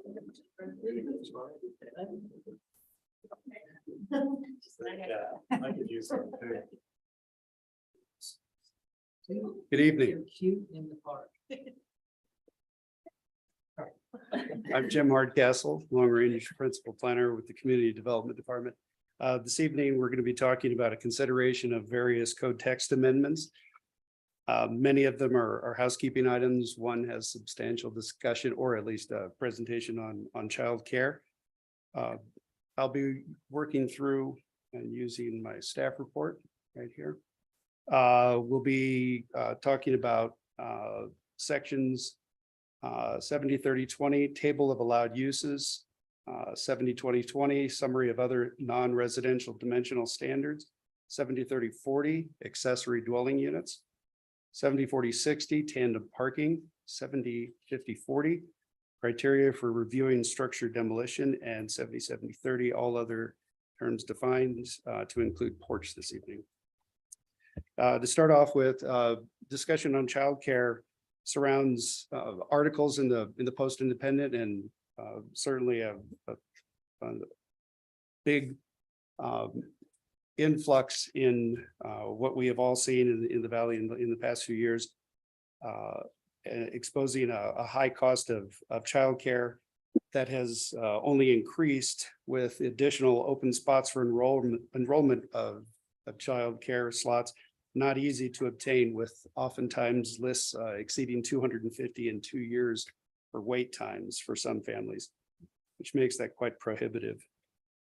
Additionally, it's been reported that a family with an infant and a 4-year-old can be expected to pay about $27,000 annually, which is roughly 33% of Colorado's annual median income, 35% of Garfield County's AMI, and 38% of Glenwood Springs.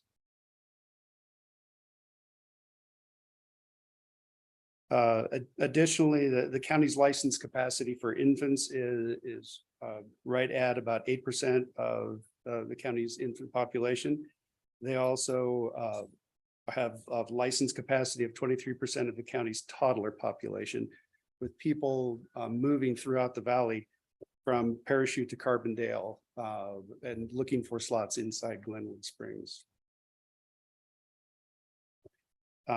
With that demonstration of why we had those changes for that code section tonight, I'll move on just for the section of background to indicate that the remainder of the proposed code text amendments are concerning errors and omissions that require correction and provisions that warrant clarification for the smooth operation and use of the municipal code title section 70. So to that end, the idea that staff can have a positive impact on the search for childcare and to facilitate and encourage those licensed care facilities within Glenwood Springs. Staff has identified a few small changes within a table that will help make citing in the creation of such businesses a possibility while maintaining state licensing standards. The proposed changes are in 70, 30, 20 child care centers and child daycare requirements, hoping to alleviate economic and routine hardships for families and facilitate child care services. So I'll direct you to this table where we have identified child daycare home large as a designation and child care centers. And for the changes that we're looking at, we'll designate a movement from the special use permits required in the RH and RT for child care centers. And additionally for RR, RL, RM1, RM2, RH and RT for child care daycare home large. So it would make it a simplified process for anybody within any one of these districts to apply for these within a permitted use.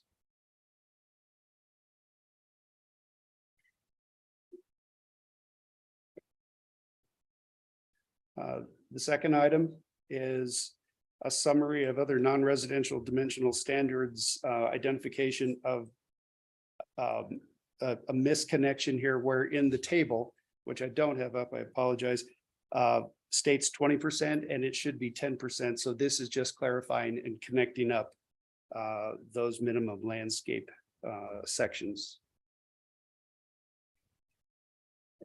Section 3. In simplified language, this change allows for ADUs to be permitted with review, whether they're built within a single family dwelling unit or a detached structure within a historic district. Now, we don't technically have a historic district, but once that becomes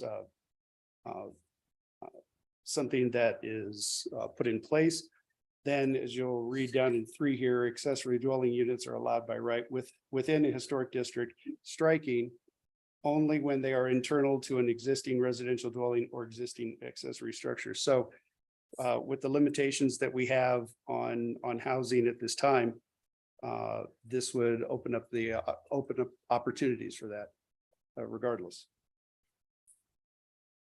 Section 4 covers tandem parking. The word uses was used twice. Section 5, criteria for reviewing structure demolition, removing a word that was unintentionally included. So we're taking the word importance out, reading any impact to the historical or architectural significance of other buildings located on the property into adjacent landmarks or contributing, and that was cut off. But that the change and removal of that word is what's important there. The 6th one, definition of porch. The word protection was unintentionally used instead of projection in this definition. Therefore, replacing it with the correct word will improve clarity. And to wrap up, the code amendment, a code amendment is a legislative decision by the city council The role of the Planning and Zoning Commission is to recommend approval with conditions or denial. Prior to recommending approval or approving a proposed code amendment, the Planning Commission and City Council shall consider whether to and to what extent the proposed amendment meets the following criteria. Staff's analysis contends that the proposed code revisions and amendments to the existing code sections upholds the goals of the comprehensive plan update 2023 and other city policies, does not conflict with other provisions of this code or other provisions in the Glenwood Springs Municipal Code. It addresses previous language errors and provides clarification as well as items which seek to allow additional flexibility for childcare facilities, observes deficiencies and addresses necessary changes in existing code and are in line with the purpose and intent of the code. So concerning the text amendments before you this evening for Municipal Code Title 70, including the sections that we've just reviewed, staff recommends approval of the text amendments. And if you have any questions, be more than happy to take them. Great, thanks, Jim. And Joy, you have the floor. I just had one question. I'm fine with all the text changes.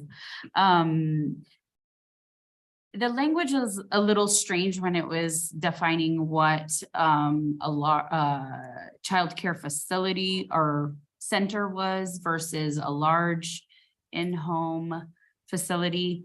How many children are allowed at each of those tiers? Let's take a look at that.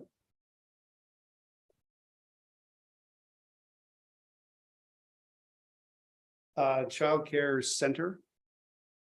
To start off with. Facility that is maintained for the whole or part of the day for the care of 5 or more children who are 18 years of age or younger. So 5 or more, but there's no cap on it. Is that right? Correct. Okay. Large was 7 children, I believe. 7 to Oh, 7 to 12. Okay. Small is just 2 or more. Not to exceed 6. The small. Not to exceed 6. And when you're looking at these numbers, the important distinction between the child daycare center and the home, large and small, home is meant to be occurring in a In-home. residence, Yeah. whereas a daycare center is something different of a use, just for clarity there. And we're not proposing any changes to the center zoning, just the smaller units. Is that correct? The child care center would be, we're proposing to move that from special use permit required to permitted by right within the RH and RT. Okay.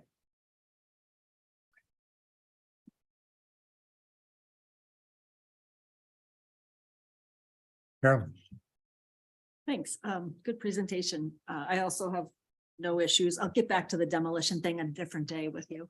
But I was wondering if you could explain where the RH and RT zone districts are that the changes would apply to childcare centers. I will look that up while you're, oh, there we go.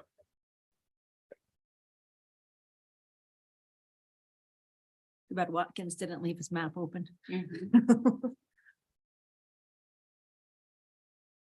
does have it open. I'm trying to share. Oh, here we go.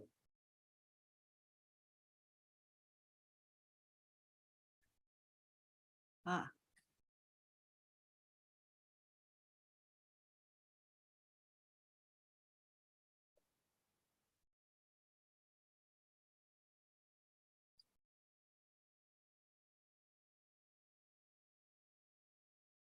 So for the purposes of this map, is there a specific area you want to look at? Just so we can zoom in, or? No, I'm just not really familiar with seeing those on the map, so it's probably somewhere I haven't looked recently.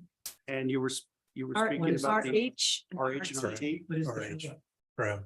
Residential high density is It's Right. the RH. darker No, brown. And very light. color, so this encompass this area, for example. So that's This area. Red Mountain Drive. Behind Meadows Correct. and a strip along Donegan. Oh, that's the highway. For the RT, no, for RT. That would be there.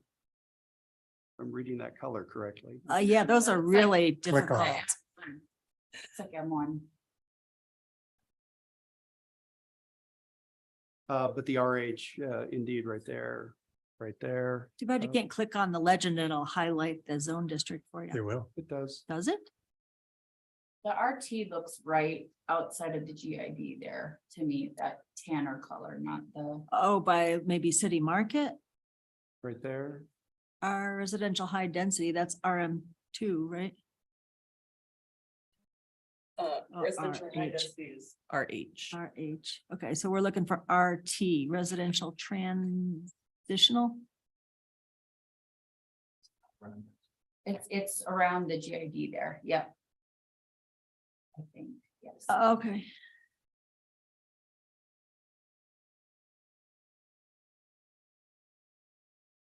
Okay.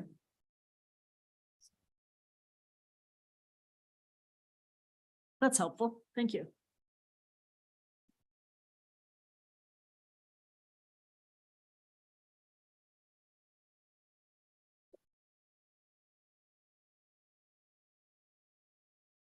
Pete, I guess what, a question I have, so the project that got turned down a year ago, year and a half ago, over by the Presbyterian Church. So what would that one be in the definition of? If that was a covenant issue, not not a zone. a zone issue. There was So let's already- just, I so, don't- so to that point, yeah, I would just like to hear about that again, because that was that was They an were interesting one when we were here. They were threatening to sue because of the old covenants that did not allow commercial use. Did no one follow it? Yes, And the one where Valley View wouldn't let them access the other parking lot. yep. So just for reference, Jim has pulled up that section. Wonderful. So is I that, don't. Which is in the RT zone. And as you saw the process that they went through to come before you, that was a special use permit. Yeah. So that restriction or that They were- process would have been removed, the special use permit itself. But they were in RH, weren't they, across the border there, I think. Yeah. so I guess my question is if we did these changes, could it still have not passed because of the covenant issue that Joy was talking about? Were you on P and Z then? Do you remember that? No, he was not, I don't think so. That was a fun. And I might kick this one to Richard, but so what we're changing here is our process. If there are covenants that are outside of That's a our- different thing. That's different. And I do think, and I've just pointed out to Hannah, there's actually recent state law on this, that we're gonna have to make sure this complies with it. It's trying to ensure that, basically childcare up to 12 is a use allowed in residential districts. But one of the things that bill also does, I think, is prevent covenants from restricting childcare as well. But if that project that you're talking about sounds like it was a commercial daycare center, that would be handled differently. Because those, Versus a larger, small house kind of thing. correct. Mm-hmm. And you know, one of the things you see in zoning codes all over the place about childcare facilities is numbers, square footage, numbers of employees, all that is very deferential to the state licensing regime. And it's very rigorous. Correct. Yeah. And so we really try not to add additional requirements more than what the state licensing Yeah, requires. well, and I think the data you presented is spot on. I mean, it's a huge hole and a huge issue. So, and which I guess one thing I'll kind of go back and echo what George brought up earlier is that, I mean, I think this is really important and I think, I don't know how we get it out to people. You know, Matt Langhorst kind of has he has control of the utility bills and he sends out these letters and then I get emails from Brianna and stuff like that.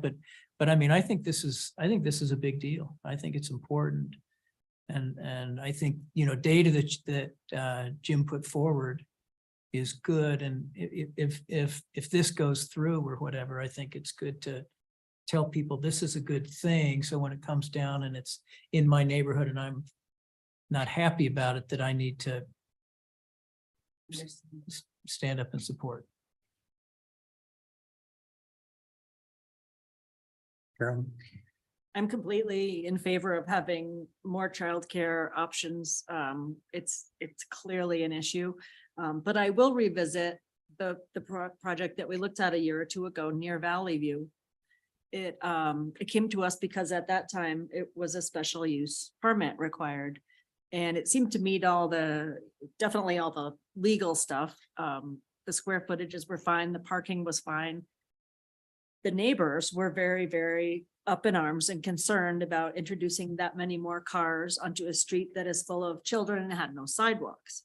So if we make this change, we don't get the chance to see it, and we might not even have a chance to have the public comment on it. Is that correct? Because it could be approved administratively. Give me the look. Yes, so this would remove, if you're removing the special use permit process, then it does not come to you and administratively. We have a lot of permits and licenses that administratively we approve that have specific criteria attached to it. So if there's a specific concern that you have around that, perhaps you feel comfortable having staff review that criteria in their analysis. But the point is to remove barriers to setting up these businesses, and one of the barriers is that process itself. Yeah. Not that you guys aren't great, but any process, time, money, and as you are aware, public opinion can be swayed by a very small group of people that find it detrimental, whereas people who are in favor of said things or would benefit are not always the ones that come before us. So it's acknowledging a little bit of that balance. So in the case that we were to amend the code to have that a use by right, staff could probably kick it up to planning and zoning if it was controversial, but then also if staff received this application, would there be any other way for the public to comment? How would they know this application had been submitted? Just to make sure that people in the neighborhood are on board with the childcare facility. I mean, clearly it's a demonstrated community need. But how do we catch issues like that? An icy street with no sidewalks and kids playing in the street. I mean, it's likely to happen again. We do have other aspects in our code that staff public notices items that they're approving. This happens on the housing side at a certain unit threshold. I think, you know, possibly suggesting the review criteria that you're concerned about. Obviously, these are things that staff review and they're very good at their job. Jim Watkins, looking at you. So I think I'd be looking to you for suggestions on what you'd like to add to that or how you would like that handled to possibly add into code. So it would be a change to require, say, public noticing of all neighbors within 300 feet of the proposed childcare location. Right now, that's not required, right? Right now, it is required through the Special special use use permit, permit. right? So if it's a permitted use, public notice would not be required, but would that be a fail safe so that people at least feel like they weren't blindsided by this and they have an opportunity to? It's certainly something that P and Z could recommend, and I would be looking for a specific recommendation if you want it to apply to all categories, some categories, at a certain threshold, like we do with the housing units, it's at a certain unit count. So if this is, and we would of course have to make sure that this is compliant with the state law. But if there's certain thresholds at which you think that should occur as opposed to all of it, just some clarification on your recommendation of that. To Could I- throw it out there, I would suggest that large child daycare homes and childcare centers would be earmarked for public notice for property owners within 300 feet. I mean, one of the conversations with the last one we saw, oh, there's gonna be tons of screaming children out there. You know, if you've got an elderly person, they might want to at least have a chance to, air their grievances. Can I point out two things? Yeah. In reviewing state requirements for child care facilities, I did notice that two things that you're talking about, the play and the area outside that's allowed has to be contained and supervised. So in this regard, these child care facilities wouldn't be allowed to let children run free. And at least for the smaller care, and it might extend to the larger, they are required to stagger the visitation and drop-offs. Mhm. So they're required, not just encouraged, but required to maintain that they have connections with all of their clients and that everybody doesn't come at the same time. Yeah, I think that's really a great stipulation that's already built in. But just because there's a fence around the children does not mean they're going to be quiet and not potentially, cause disturbances in the neighborhood. It's like a barking dog, It's in the yard, it's legal, but it's noisy. The non-mom barking dogs, children. And also limitations on the amount of nap time and play time, screen time, food. They're quite rigorous in terms of the turnover and direction and redirection of the activities to keep them stimulated throughout the day. So they're not allowed to let them just play outside for hours at a Right. time. So they've done a great job of managing what happens in the homes, the care centers, but they have not addressed any of the adjacent properties, and that's what I'm talking about. So I'll see if any other commissioners have any input on that. Joy. I would not feel the need to notice, regarding properties if we make this change. And Mr. Chair, if I may Please. have the state law pulled up. I can just read from it quickly. Local governing authorities shall treat family childcare homes as residential property use. And the application of local regulations, including zoning, land use development, fire and life safety, sanitation, building codes. Local governing authorities shall not impose any additional regulations governing family childcare homes that do not also apply to other residential properties, provided that the foregoing does not restrict an authority's ability to prohibit on a case-by-case basis the operation in immediately adjacent residences of two or more large family childcare homes, as that term is defined by the rules, managing the flow of traffic and parking related to adjacent large family childcare homes. So in my reading of that, we really don't have, and they use the magic words that family childcare homes is a matter of statewide concern, which is how the General Assembly preempts our home rule authority on land use matters. And so in this case, screen turned off. I interpret this to be like the city does not have a lot of discretion to. Did it say that you noticed the neighbors? I thought that's what I mean, the ones right next to it, Microphone? No, it's saying on a case-by-case basis, you can regulate two large family childcare centers being right next to each other. Okay.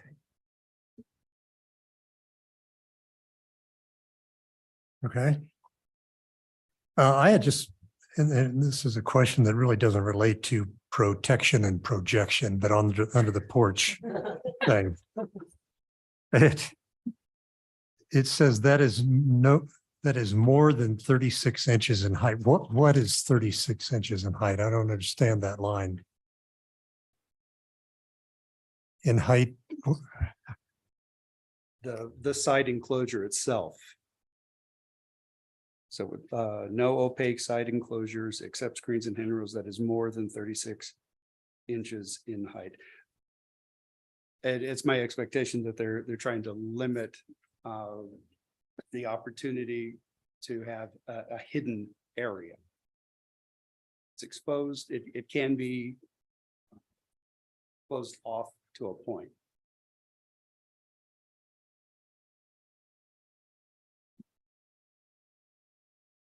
I don't know.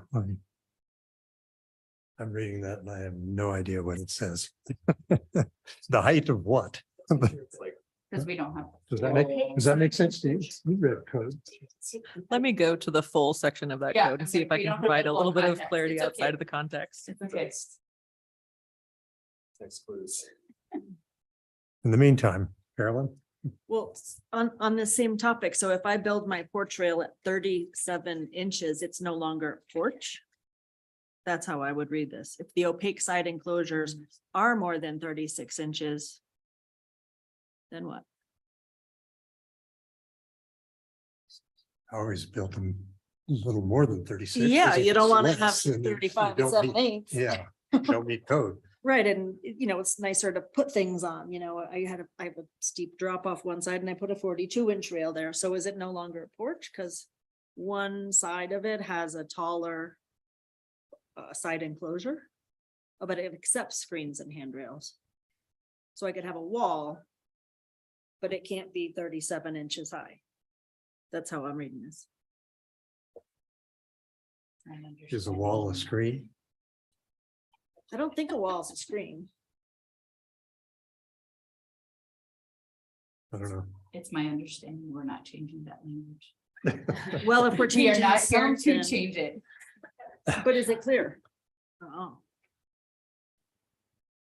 So I don't necessarily have the best answer for you, but I know from application of this, what this is referring to is we will allow some porches to be enclosed and some not in reference to code. So I actually need to pull up the other section of code that this definition, which is the code section included that has the error in relation to the other code section. So if you'll put this till the last and move on with comments, and hopefully I'll have something for you at the end. But we are not proposing that. So if it was something you wanted to add, I would definitely want to inform you more of what you're doing before we edit something out of context.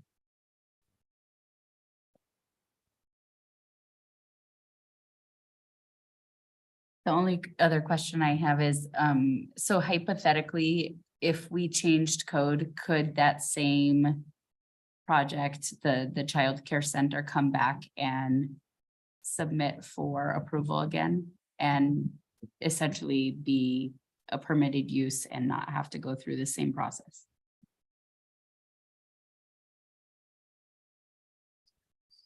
Thank you, Richard. I don't know enough about that proposal. If it was a commercial childcare center, that is dealt with differently under, I know under the state law. But with the covenants, the neighborhood covenants supersede. Yeah, that's right. And I can't, it was a separate law that preempted restrictive covenants, I know, on residential childcare, but I don't know if they did so on commercial. Like a child care center, which I think is more than 12 children. More than 12 children, which that certainly was. Yeah. Okay. So I am not sure to what extent state law has changed local regulation of those larger commercial childcare facilities.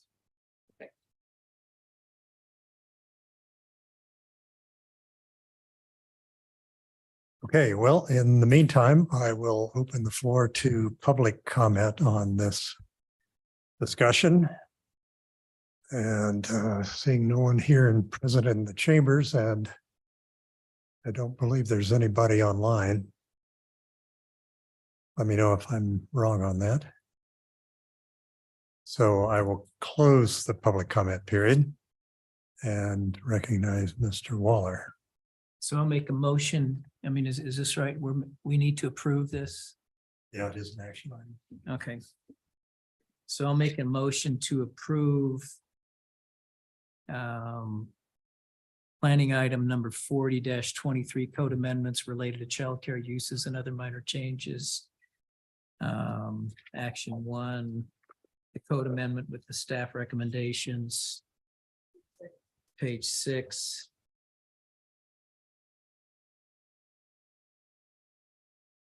Does that do it? That does it. Okay. Okay, we have a motion from Commissioner Waller. Do we have a second? I'll second. Okay. We have a motion and a second. Further discussion? Seeing none, we'll call the question.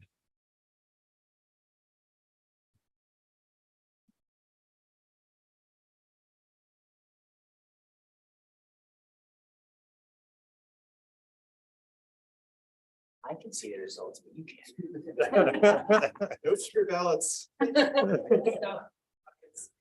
Click stop. Motion passes unanimously. Okay. Commissioner comments. Start with Commissioner Davey. Nothing. Close this. I gotta wait. Cancel. Cancel. I'm gonna approve your comments. I don't have my screen back. You didn't pass the commissioner comments.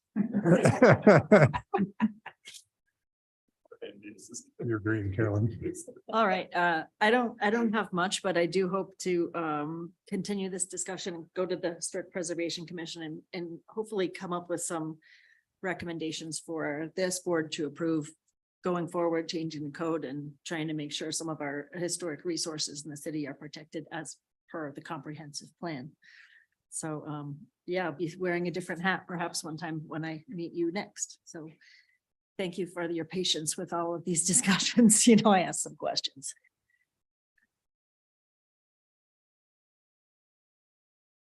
I guess the one question, I don't know if this is opening a can of worms if I can do that.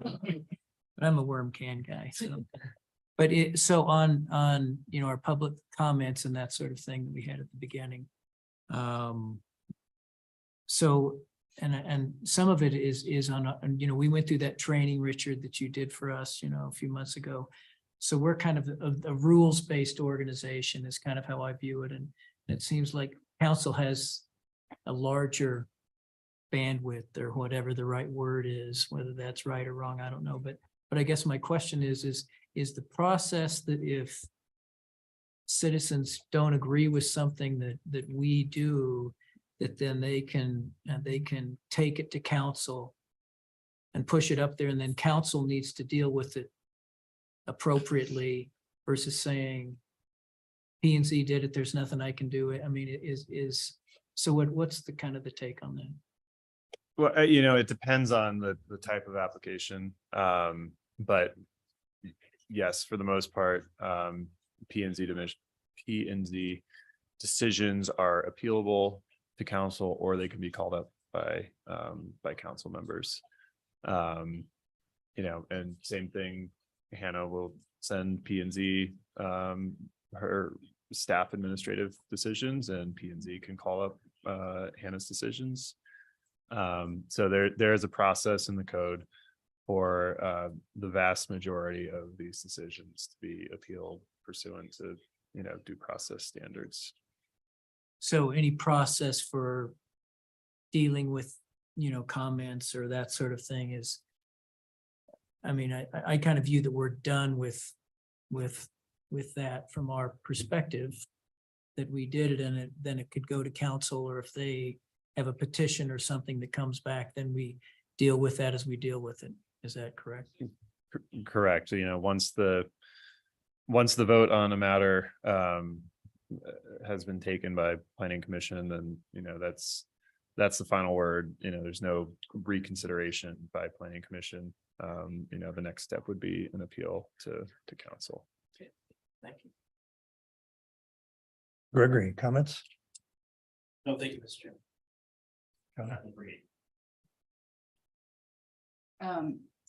I would just say that it's exciting for me to see this child care amendment. I think it's going to be good. I would also reiterate some of what I think Pete and George and Carolyn said, just in that we need to be thinking about creative ways to get this information out to the community so they can actually act on these changes that we've made. And I know, I mean, I don't even know what the legal ramifications are of using social media, but it seems to be what people are doing these days. So but again, the triplex, if we do in fact, that goes through city council and we approve that, I think those are all really positive changes in our community that could affect people if they know about it. So just thinking creatively about getting the word out in a positive way. I have nothing except thanks to all of you and on the staff for your invaluable contributions. And Hannah, director's comments. So I'll start, Carolyn, with that question of that code change on the porch. And it does have to do with some measuring exceptions that we have earlier of when that's allowed versus not. I'm going to include that in the report that's going to go to council, so that's a little bit more clear.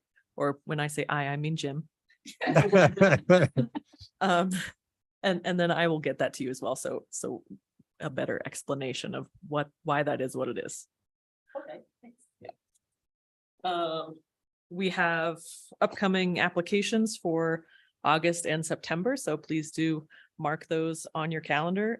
We will be having meetings. So what you reviewed tonight on the housing code changes and the upzoning and the density bonus, that was not an action item, so it's something that we plan on bringing back. We are looking at the possibility of that coming back in August. It could be later, depending on how we proceed with your recommendations and comments. And then we have a design variance, your favorite, as well for August. And then we have 2 variances scheduled for September. So don't go anywhere. Or do. Don't listen to Joy, Commissioner White.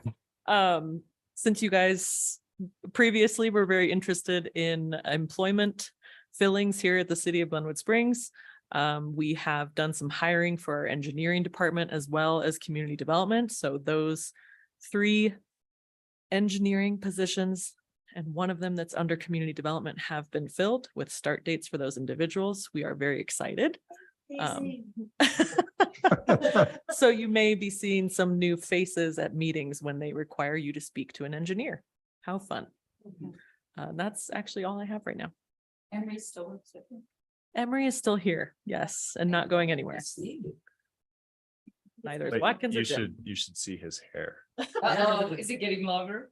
Shorter? It's gone. Whoa, whoa. Well, We need to get John working down here. Get him away from us.